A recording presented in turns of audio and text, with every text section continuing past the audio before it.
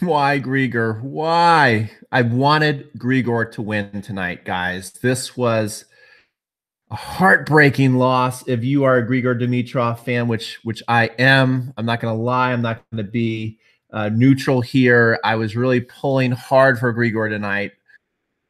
Proud of Kyle Edmund. I mean, what a performance. The guy is awesome. And it was a very fun match to watch, a classic match. It seems like what I'm really loving about the Australian Open this year is so many tough, competitive matches. And we're really seeing how awesome these athletes are playing out in the sun, grinding it out, and they are fighting really hard. So this is a hard-fought match, but certainly Grigor Dimitrov had lots of opportunities to pull this out, but just couldn't get it done. And Kyle Edmund was just more firepower tonight, just a stronger competitor, and just had more offense. So I don't know what you guys thought. Hey, how's it going? We're getting too many upsets, LOL. That's right. So BJ, I think we like.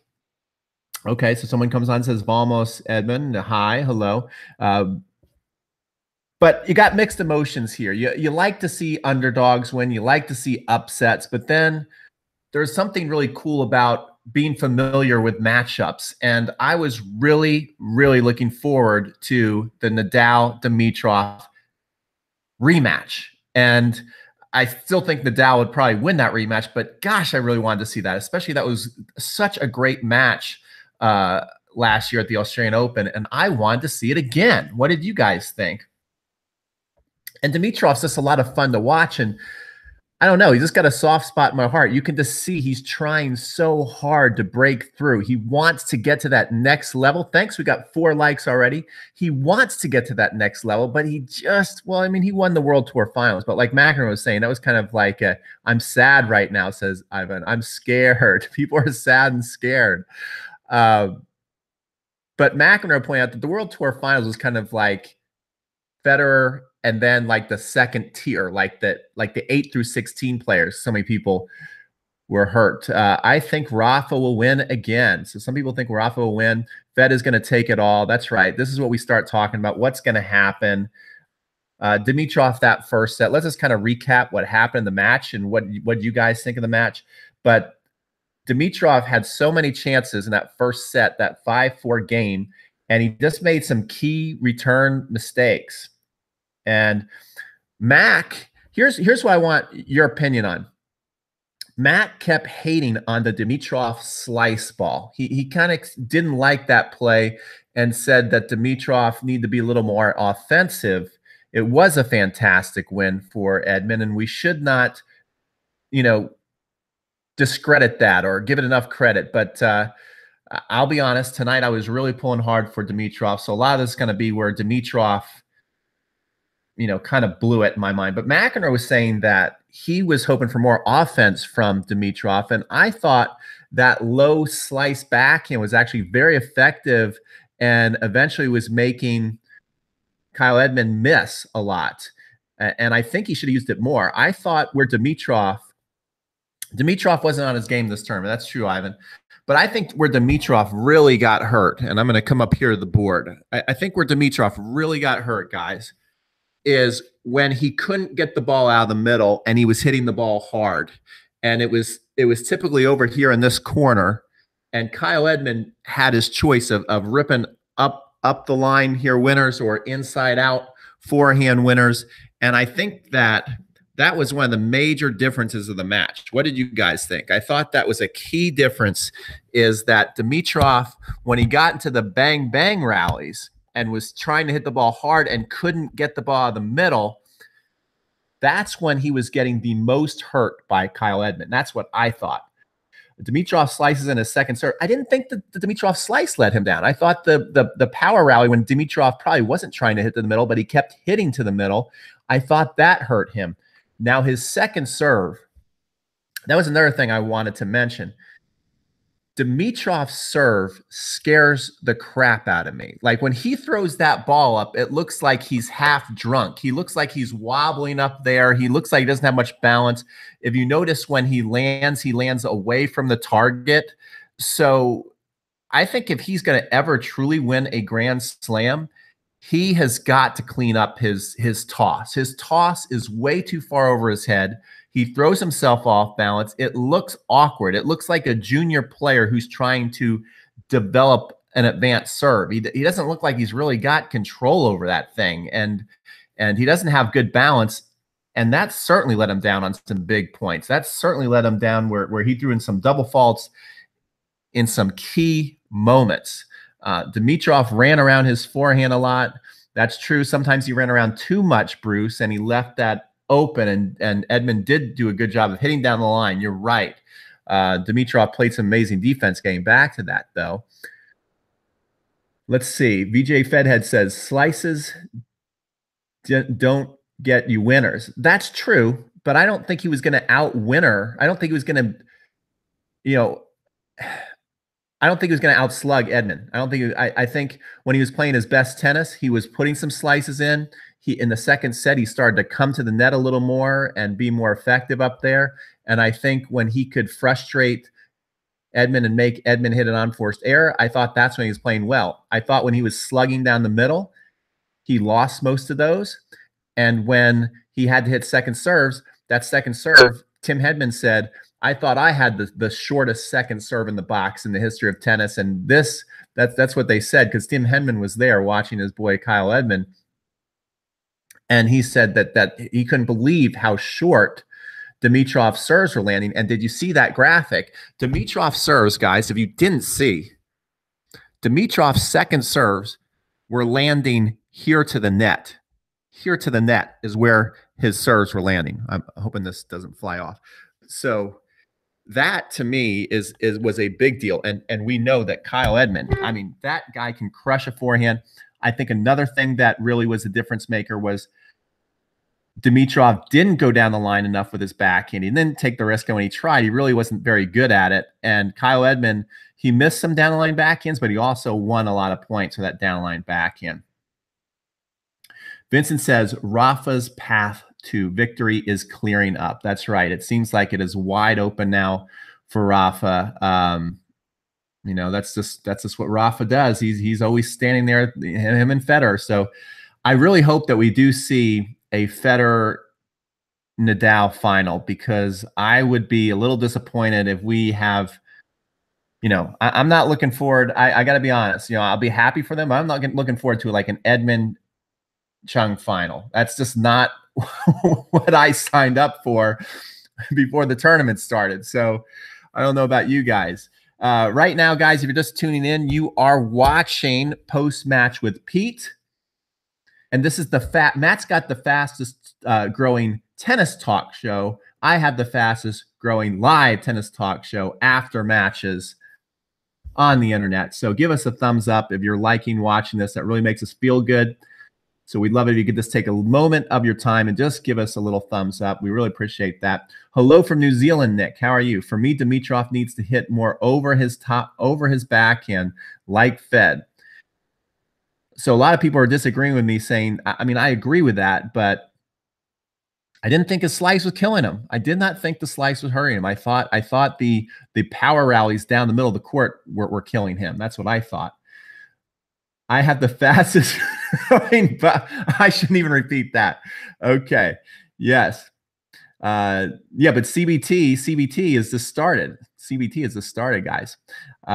Anyway, so now we got to go. What do we think is going to happen going forward? Let's look forward to the Nadal match tonight. Nadal is going to be out there in a couple hours. And what do you think? How's it going to go? Let's see. Any more comments here? Chung, make it happen. Any more comments on the Nadal match? How many sets is it going to go? What do you think? Nadal is going to clean house. Does Edmund have a chance? Does Edmund have a chance against Nadal? I don't think anybody's really thinking Nadal has any problem tonight. Nadal wins with Cilic over 4. Now, here's the thing, though. Goodbye. I love you, Pete. Thank you very much. Chicken nuggets. Chicken nuggets. Slice tennis predicted a Cilic upset. Okay. That's right. You guys are watching. You guys are making all the stops. You're here on Post Match with Pete. You're watching Coffee Break Tennis and the Slice. And Matt and I met the Slice guy in Cincinnati. Really, really nice guy. The thing that Cilic has going for him is he's kind of got that prototype body and game to upset Nadal if he's really on his game. If he's really on his game and if Nadal is hitting short balls, he's a tall guy. So those high balls that Nadal can hit to people's backhand, he can step in and crush them. He can serve you off the court. So if he's serving really well, he can take the racket out of your hand. Thank you for the thumbs up, guys. I got to see Nadal play Kyrgios at Cincinnati. And Kyrgios has an amazing serve and big forehand, and he can take the racket out of your hands. And he did that to Nadal that night. So that's one thing. It's going to be if Cilic can serve, he's going to have to serve really, really well. And he's going to have to play big boy tennis, and he's a big boy, so he can do that. That being said, Nadal seems like he is feeling fit. He's feeling confident. He's ready to fight. And I think he really has that will to where he wants to get back to the finals very badly. I think he wants to have a rematch with Roger, and I think he's on a mission. So I don't see Cilic doing it, but you know, he certainly is a guy who has a chance to do it. Again, nothing against Cilic. I'm not looking forward to a Cilic-Chung final. I want to see a Federer-Nadal final. Is that greedy of me? There were some other players in the tournament. Tennis is my drugs. Federer is my deal. Everybody loves Fed, right? That's pretty funny, SM. Compared to last year's Aussie Open, who do you think is playing better? I would say right now, I think that Nadal is playing a little bit more of the style that he wants to play. Federer is a beautiful tennis player. He hits beautiful shots. He makes the game look easy. And right now he's struggling to make the game look easy. Nadal can hit amazing shots for sure, but Nadal's game is based off of wearing people down, being mentally tough, feeling confident in his physicality. And that is where he's at right now. So I think that Nadal is feeling more comfortable in his game than Federer is feeling more comfortable in his game. Like, I think if you ask Nadal, how do you think you're going? How do you think you're playing? He's going to say, I think I'm playing pretty good. I'm feeling pretty good. You ask Federer the same thing. If he's going to be honest, he would probably say, well, I wish my backhand down the line felt better. I wish that I had that going like I had it last year, and he doesn't right now. So that's what I think. Not greedy at all, but who do you think will win? I've been saying that Nadal is playing better, but somehow I just have a feeling that Federer is going to win, even though that makes no sense off of what I just said, because I think Nadal's in a little bit better form. And I hope Federer wins. Maybe that's why I think Federer is going to win, because I hope he's going to win. And if Nadal won, though, I mean, I am a big Fed fan. Even I was down in Jekyll Island. We were doing a high school coaches workshop, and I was there with my girlfriend, and one of my friends from last year, he pulled up a text that I sent to him, and the text said, I would marry Federer. That's a text that I sent to him. So, I mean, I really love Federer. I don't claim to love Federer as much as Matt loves Federer. He's on another level of love with Federer. But I would like Federer to win, but I also really love Nadal. And I just want to see that final, because I don't want to see – I thought we've had an amazing tennis tournament, and just for the sport – no one's going to tune in to watch Cilic-Chung. That's just not going to happen. So for the health of the sport and the entertainment of the sport, I want to see two blockbuster heavyweights go at it, two legends go at it. That's what I want. That's what we need, and that's what we're going to get, right? Because, you know, I think if some other players got there, I think if Dimitrov got to the final or Zverev got to the final, you know, I think we were kind of ready for things like that. I think if Dominic Thiem got to the final, there's certain players that I think we have been watching climb the mountain, and we're rooting for them to get to the final. I don't think that Edmund is on too, and I love Edmund. There's nothing wrong with the guy. I like him, but I don't think Edmund's on too many people's radar where it's like, okay, it's his time. We want him to get there. Like, we're really rooting for him to get there. Certainly Chung, he's come from out of nowhere. I think people are going to love him, though. He's a really nice guy. He's fun to watch, but I need to get more used to him before I'm all on board and I want him to get to the final and I'm ready for him to win. So people are going to tune in. Would people tune in? People would tune in for Federer versus Cilic? I guess so. I mean, that Wimbledon final, it was fun to watch Fed win, but that was a boring match. That was a disappointing final. Cilic would probably be. Oh my God, I just saw this. yeah, that's right, Joseph. Edmund won. Cilic again doesn't really move the meter for me as far as excitement. Guys, if you're just joining us, you are watching Post Match with Pete on our Crunch Time Coaching channel, and I am really excited. And was moaning. What was moaning, Benjamin? But Cilic had a blister and was moaning. That's yes. Oh, Rope. Cilic sucks. We have Rope, who, guys, this is really cool. Rope, one of the best players I've ever seen, who was on my team. I got to coach at East Carolina University. Rope was this great player from Finland. Rope, I don't know what happened. You couldn't seem to hold your serve that much. You would throw in a lot of double faults, but then you would break someone who could hit a serve 130 miles an hour. It's pretty awesome. The guy was an amazing tennis player. Chung is really interesting. Edmund and Cilic, not so much. I agree. I think Chung is going to be Rope smiling. I think Chung is going to be one of those guys where people really can get behind. I think you give him another year or so, he's going to be a fan favorite, and people will really, really be pulling for him to win a major. Can't believe Dimitrov lost. I know, guys. I am sad. I'm a little disappointed. I really was pulling for Dimitrov. I would not. I want to see a Rafa Federer final, but I wouldn't have been mad at seeing Dimitrov get to the final, and I wouldn't have been mad at seeing Dimitrov win it all. That's how much I like the guy, and he's running out of years. He's got to do it soon. He's got to do it soon. Am I the only one who really likes Edmund's game? I like Edmund's game too, guys. You got to understand, to me, it's not about hating on Edmund. He just hasn't been knocking on the door of winning a major to where he's on my radar that I am rooting for him to go all the way. That's the thing. That's all it is. Dimitrov needed to have beaten Kyrgios. I mean, Kyrgios is another one. As crazy as the guy is, and that's another guy. So polarizing. I think it'd be cool to see Kyrgios get to the finals. I would be okay with that. But outside of a handful of players that I'm okay with getting to the finals, don't mess up my Fed Nadal final. Don't mess. So, if this has got to be fixed now, we got to put in the fix.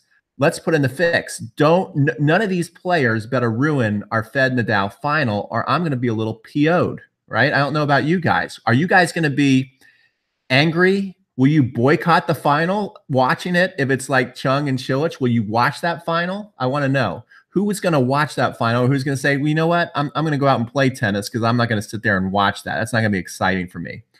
Chung is injury prone, just like Joker. Well, maybe because he's got to play so physical. Cilic is the most likely guy to stop Fedal. Yeah, he could be. Right. He definitely does because he plays big boy tennis, and when it serves on, he can literally take the racket out of your hand. He can take the racket out of your hand. Guys, we appreciate you coming on tonight. Definitely give this broadcast some thumbs up. And what do I think of Shapovalov? I love Shapovalov. Shapovalov's another one. He's now on my radar. I would love to see Shapovalov win a Grand Slam. If Shapovalov went all the way right now, let's say he went and won Wimbledon, I'd be awesome with that. I'd be happy with that. Benjamin saying, I am awesome. Thank you. Thank you for answering the questions. The question, jerk. I'm answering the questions. Any comments on tennis becoming a power game? Well, of course, it's a big power game, but it's a power game. Certainly, it's more open to injuries because it's a power game. But here's the thing. It's a power game, and it's also a great offense-defense game. It's an amazing offense-defense game. It's not like in the 90s, I would say it was pure power and getting a little boring. I don't know if you guys remember this, but there was a Wimbledon where the average point lasted less than a second. Have you guys watched tennis that long where at Wimbledon in the 90s, the average point was less than a second? So what they did is they decided to slow courts down. And so, yes, now the power is outrageous, but look how many balls these guys are chasing down. Look how many balls both Edmund and Dimitrov chase down tonight, So the points are extremely entertaining. They're extremely physical. So it's just not like watching one and done tennis. It's pretty awesome.